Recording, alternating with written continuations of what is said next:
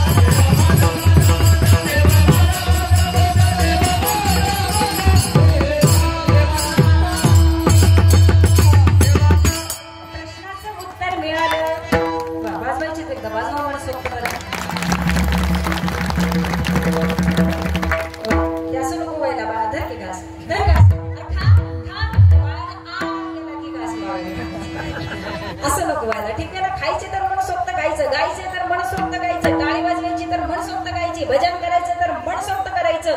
आता जेवणाला बसायचे त्यावेळेस कोण अर्ध ताट उठल का? उठा उठा म्हणलं तरी भजनाला काम आहे मग फोकस राहील. ठीक आहे ना. हे मी सांगत नाही, साधू संत सांगतात सगळं मनसोक्त असावं, जीवन आनंदी जगावं. जीवनामध्ये खूप दुःख येत असतात. मायबाबा आपल्यापेक्षा जीवनामध्ये खूप लोक दुःखी असतात. फक्त प्रत्येकाला वाटतं माझंच दुःख सगळ्यात जास्त आहे. ठीक आहे ना. परंतु आपल्यापेक्षा सुद्धा अनेक वाईट प्रसंग समोरच्या वरती सुद्धा येत असतात. त्यामुळं हे विले आनंदे कैसेची राहावे चित्ती असू द्यावे समाधान. आणि जेव्हा हे कळालं ना, जे तुकोबांनी सांगितलं, महाराज तो मनुष्य सुखी आनंदी जीवन जगल्याशिवाय राहू शकत नाही. कारण जीवनाचा खरा सार हा समाधानामध्ये आहे. म्हणून तुकोबरायांना सांगावं, तुकोबराय आयुष्याचं कल्याण झालं, आयुष्याचं कल्याण झालं. तुकोबरायांनी सांगावा, ज्याची प्राप्ती करायची होती तो आता प्राप्त झाला. आता आम्हाला देव मिळाला. तुमच्या आमच्यासारखा एक मध्येच उठला. तुकोबराय तुम्ही सांगताय ना तुम्हाला देव मिळाला, बरं बघितलं पण म्हणताय, बरं सांगा ना तुमचा देव कसा आहे. अभंगाचा प्रथम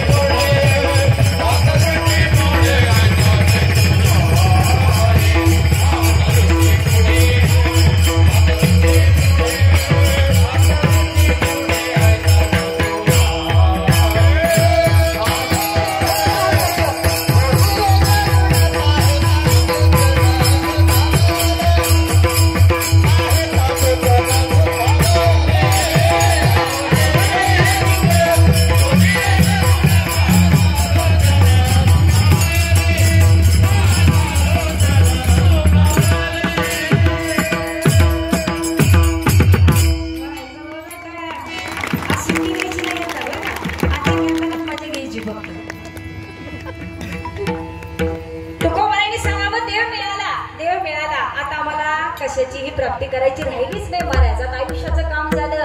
आवडे हे रूप गोजरे सगुण. देव इतका सुंदर आहे ना, काय सांगावं देवाबद्दल. सुंदर ते ध्यान उभे विद्ये करी राजस कुमार मंडला